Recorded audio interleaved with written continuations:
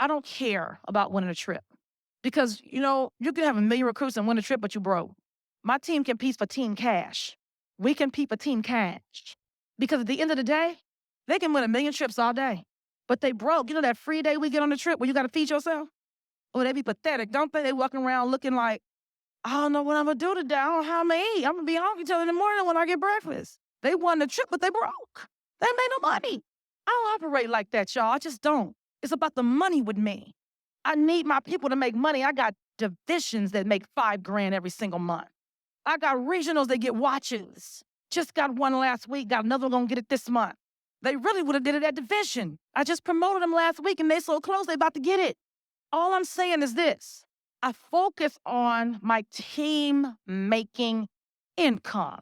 I asked them, your activities today, were they income producing activities?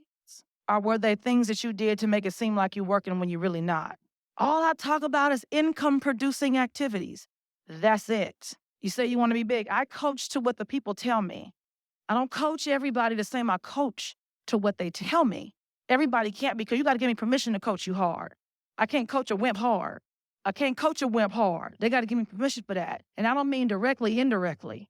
According to their goals and dreams, according to what they want to accomplish, according to the time frame in which they want to accomplish it. Then we're going to get coached a little bit different. I'm going to ride you and I'm going to ride you. You know why I'm going to ride you? Because I got rolled. And I could have been somewhere where they wouldn't have rolled me. And in 7 years, I would be making $400,000. I would have made $45,000 last month, $37,000 the month before that, and $51,000 the month before that. If he hadn't rolled me, when I'd pushed me when I didn't want to get up, do it when I really didn't want to do it. If he hadn't put me on lockdown, don't listen to everybody saying, why you still in the base shop? All them people, they want people for me? That's awesome and that's great. They had so much to say about why I was in the base shop for 3.5 years. Why you still there and you doing all them numbers? Why you still there and why? You need to go, Is he holding you back? Is he holding you back? All that took place. And you know what he kept telling me? Tonia, it's me and you.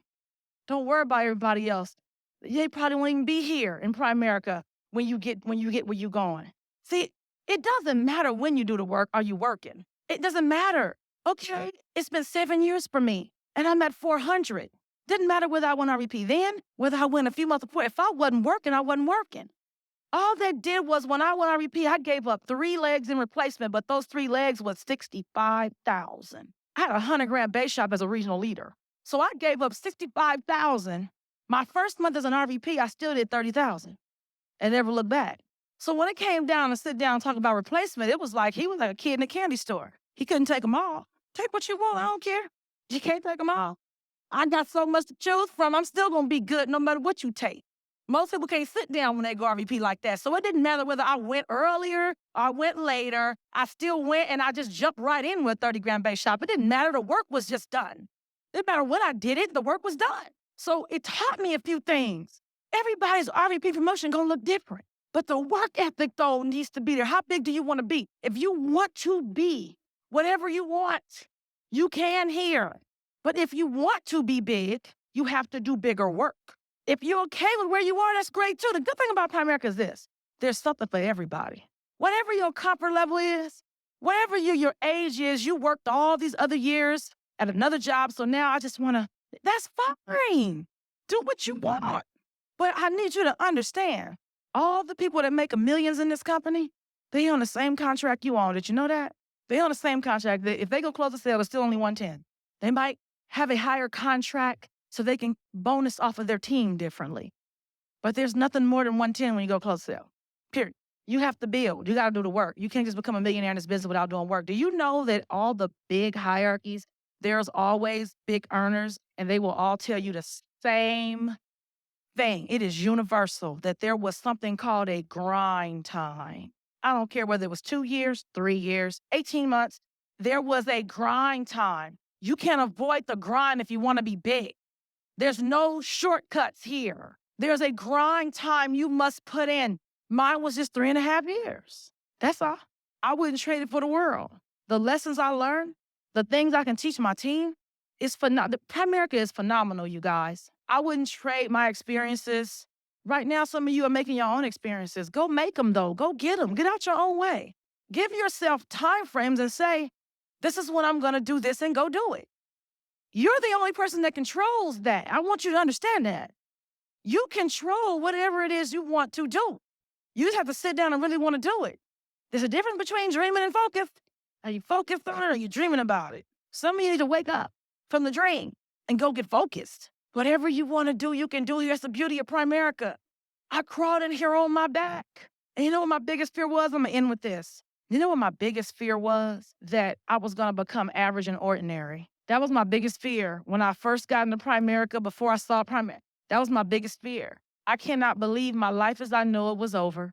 And see, I didn't care about the fact I had a master's degree, because guess what? That master's degree for the last 10 years, 8 years, didn't give me the lifestyle I had. It was the other stuff I did other than my job, which was the real estate. That's what gave me the lifestyle I had. So with that gone, I was worried that I'm finna become average and ordinary. My life is gonna be consumed with worrying about a bill. For the last 8 years, I never did that. Now I gotta worry about a bill? I don't know about y'all, but I just wasn't gonna get used to that. I don't do broke very well. It don't look that good on me. I'm serious. I think some people are not afraid enough of being broke. Just accepted it. You're okay with it. You're okay with not having enough. It's not fair to your kids. What if your kids want a different lifestyle? You know, the older they get, they do develop their own mind. You know that, right? The older they get to junior high, they get to high school, they start talking about the kind of cars they want to drive and places they want to travel and things they want to do. And what are you going to say? Because you're okay with mediocre. You expect your kids to be? You have to go out there and win to give your kids options. This is what I tell my team. Money provides options. Options. And some people want to, no. There's options out there that you don't have when you don't have money. I was 20 years old and I broke my knee. And my dad didn't have the right kind of insurance. So it broke in 3 places. To this day, I have a problem with this left knee. To this day. And I'm 41 years old. This happened 21 years ago because we didn't have the right kind of insurance because we didn't have no money. To this day, I have a problem with that knee. Do you understand me? Neil Gerfine's son broke his elbow last summer playing football, going to the 12th grade. They thought his career was over. He's trying to get looked at to go to college. It was all bad. Of course, it was an emergency situation, so they rushed him to the first hospital. First hospital was a regular hospital. They tell him he's going to have a cast up to here. He cannot play all year long. 12th grade is over. Neil said, I don't think so. Neil goes to a second doctor. That doctor says, well, we're going to perform surgery, and he'll have something to keep his arm straight, but he will not be able to play the season.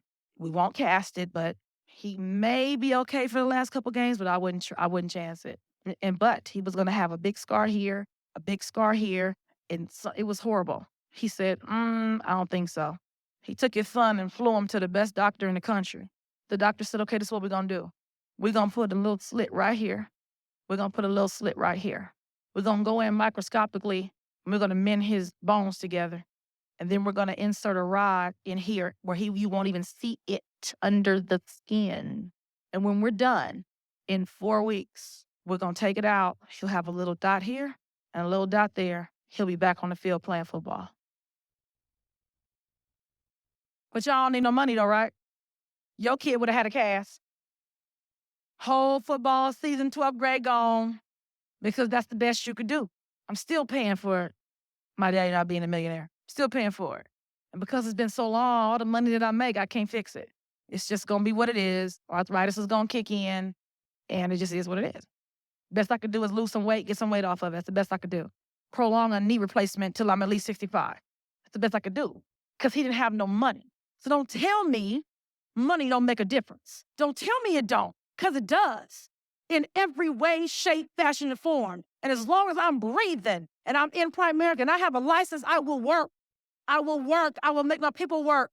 I don't care if I get told I'm too hard on them. So what? Guess what? You in the Ivy League in my base shop. At the Ivy League, they don't take your excuses. Princeton, Harvard, Yale, Brown, they don't take excuses there.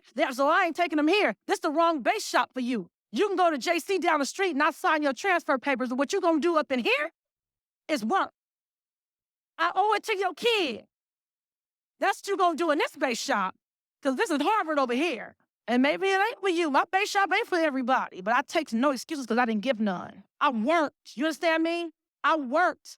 I wrote $22,000 personal premium. And when I did that month, I made $9,000. Isn't it funny how I worked then, made the 9. I did enough work to make $50,000. I worked my behind off.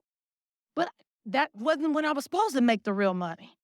9 is all I was supposed to get. When I wrote 17,000 and made 8, 9, that's all I was supposed to get. But guess what? I knew that if I keep doing this and I teach someone else how to do it, and I teach someone else how to do it, then I knew the day was gonna come when they pay me 51,000 and I close 1 sale. I knew the day was gonna come when they pay me 45,000 in 1 month and I close 2 sales. And guess what? The day's gonna come when my goal is to do 0 by 0 and I make 100,000 in 1 month. That day coming too.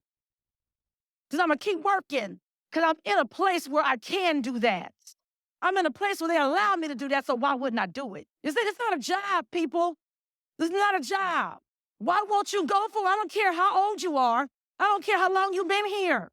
Why won't you go for it? What's the worst that can happen? That you make some more money? Go for it. Why not?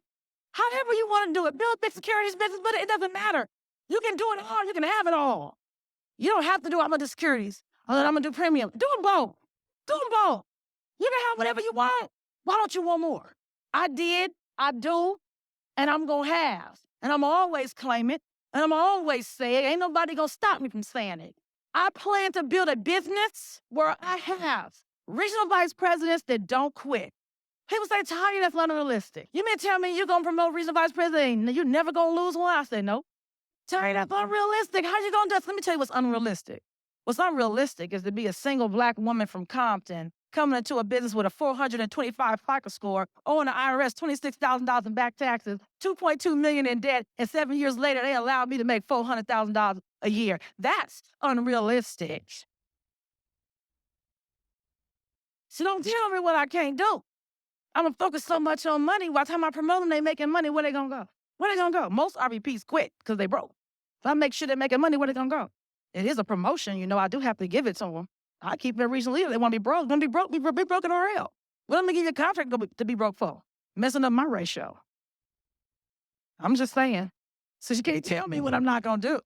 That's the beauty of it. You do it how you want to. So I have enjoyed you guys this evening. God bless you and thank you.